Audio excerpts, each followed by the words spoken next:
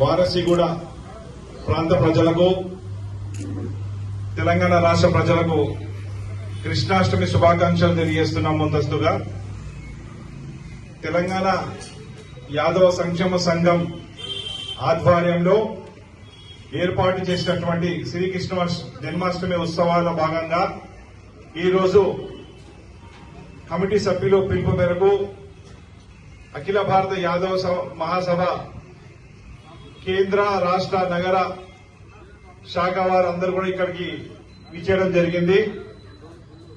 యాదవ సంక్షేమ సంఘం పిలుపు మేరకు ఇక్కడికి విచ్చేసి కృష్ణుని దర్శనం చేసుకుని తీర్థ ప్రసాదం తీసుకొని మరి ఇప్పుడే అందరితోని ముచ్చటిస్తున్నాము.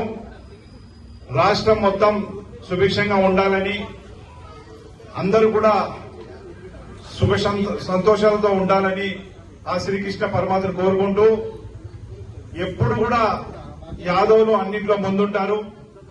ఈ యొక్క పండుగ దేశవ్యాప్తంగా అన్ని కులాల వారు హైందవ ధర్మాన్ని పాటిస్తూ, గీతా సారాంశాన్ని పాటిస్తూ మన యొక్క హిందూ ధర్మాన్ని మనం కాపాడుకుంటూ ఈ యొక్క పండుగలను మనం కొనసాగించుకుంటున్నాము.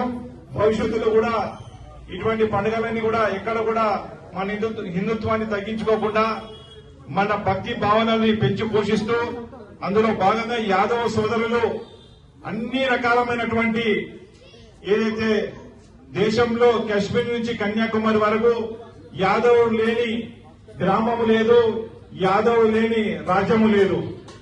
అటువంటి సందర్భంలో ఈ యొక్క కార్యక్రమాలు మనం ఎంతో వైభవంగా భక్తి శ్రద్ధలతో జరుపుకుంటున్నాము.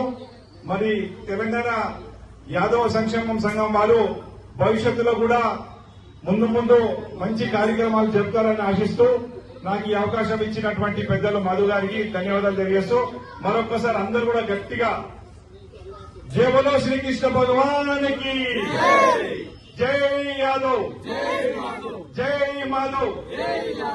ధన్యవాదాలు.